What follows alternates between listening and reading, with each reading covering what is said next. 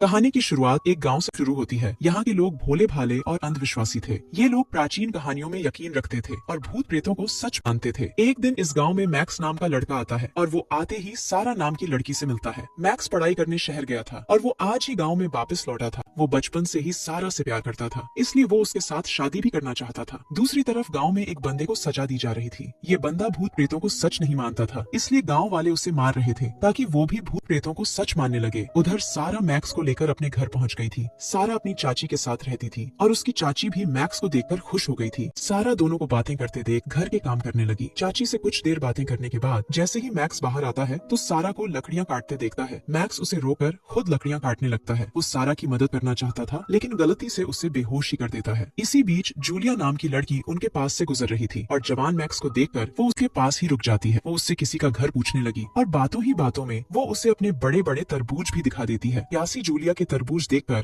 Max भी हैरान हो गया। इससे पहले कि जूलिया कुछ और करती, मैक्स उससे कहता है कि मुझे काफी काम है। जूलिया उससे कहती है कि मेरे होते हुए तुम्हें काम की चिंता नहीं करनी चाहिए। उसकी बात खत्म होते ही मैक्स देखता है कि सारी लकड़ियां कट चुकी थी और देखते ही देखते जूलिया भी गायब हो गई थी। इसी बीच सारा को भी होश आ जाता है। वो भी ये देखकर हैरान हो गई थी कि मैक्स ने इतनी जल्दी लकड़ियां कैसे काट दी। दरअसल जूलिया एक प्यासी चुड़ैल थी। वो गाँव में इसलिए आई थी ताकि गाँव के लड़कों के साथ अपनी प्यास बुझा सके। उधर गाँव का मेयर एक लड़की की गुफा में धमाके करके हटा था। इस गांव की भलाई के लिए सरकार की तरफ से जितने भी पैसे आए थे वो मेयर ने अपनी मौज मस्ती में खत्म कर दिए थे। कुछ देर बाद मेयर के पास शहर का जज आता है जो मेयर का चचेरा भाई भी था। उसे पता था कि मेयर ने गांव के लिए आए सारे पैसे बर्बाद कर दिए, इसलिए गांव में कोई भी काम नहीं हो रहा। वो मेयर को अपनी योजना बताने आया था ताकि मेयर के पास पैसे आ जाए। दरअसल जज चाहता था कि मेयर किसी औरत को चुड़ैल घोषित कर दे ताकि गाँव वाले उस औरत को मार दे, जिसके बाद मेयर उस औरत के घर पर कब्जा कर लेगा और फिर शहरी लोगों को बेच देगा। उधर प्यासी जूलिया भी एक घर तक पहुँच गई थी। ये घर उसके दूर के रिश्तेदारों का था और वो उन्हीं के साथ रहने वाली थी।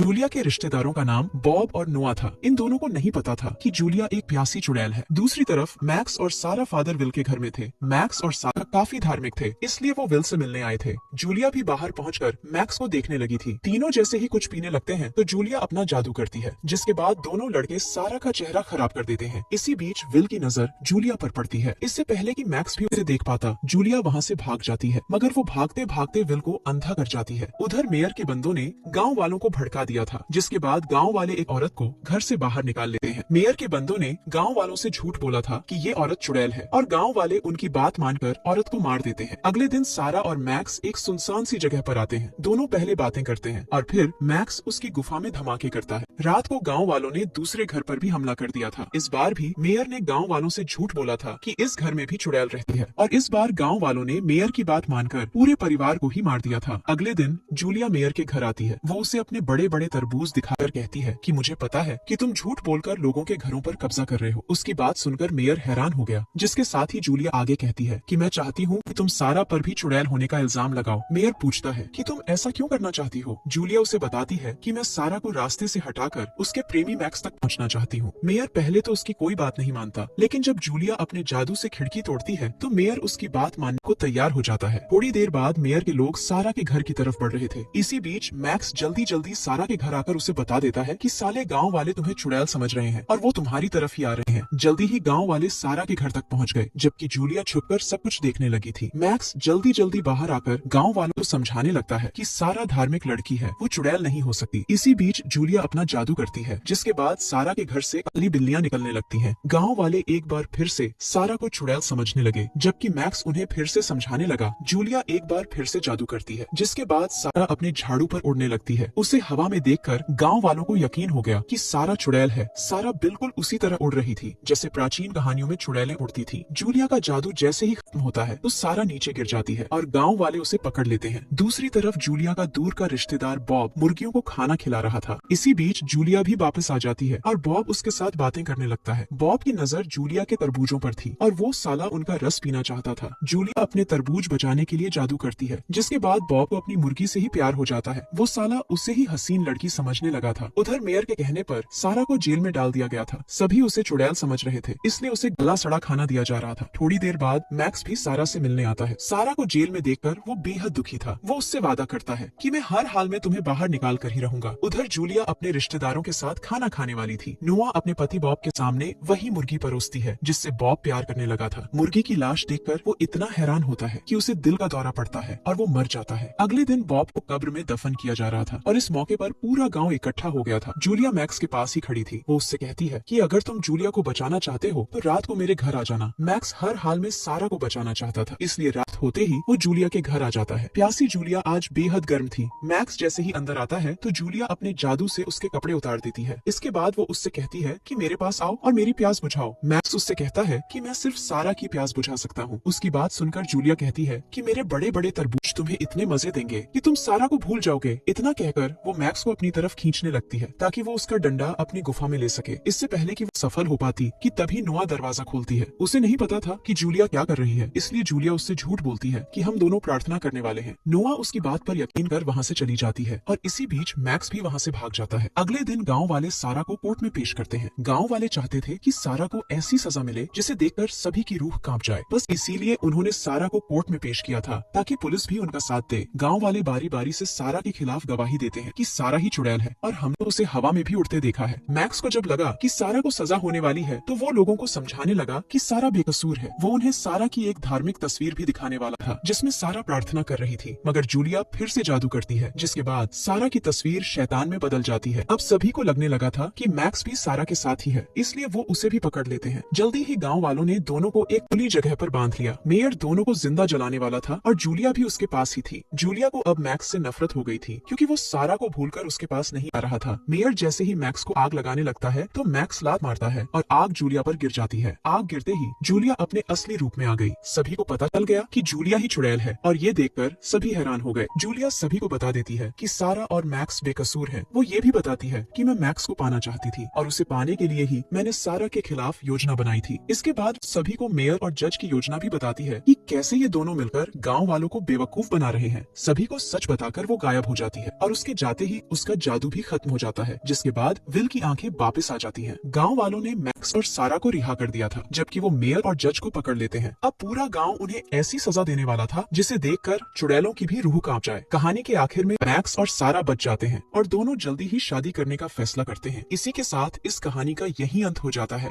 हमारी वीडियो देखने के लिए बहुत बहुत धन्यवाद। अगर आप ऐसी ही वीडियोस के दीवाने हैं तो प्लीज मेरे चैनल को जरूर सब्सक्राइब करें। मिलते हैं अगली वीडियो में, तब तक के लिए नमस्कार।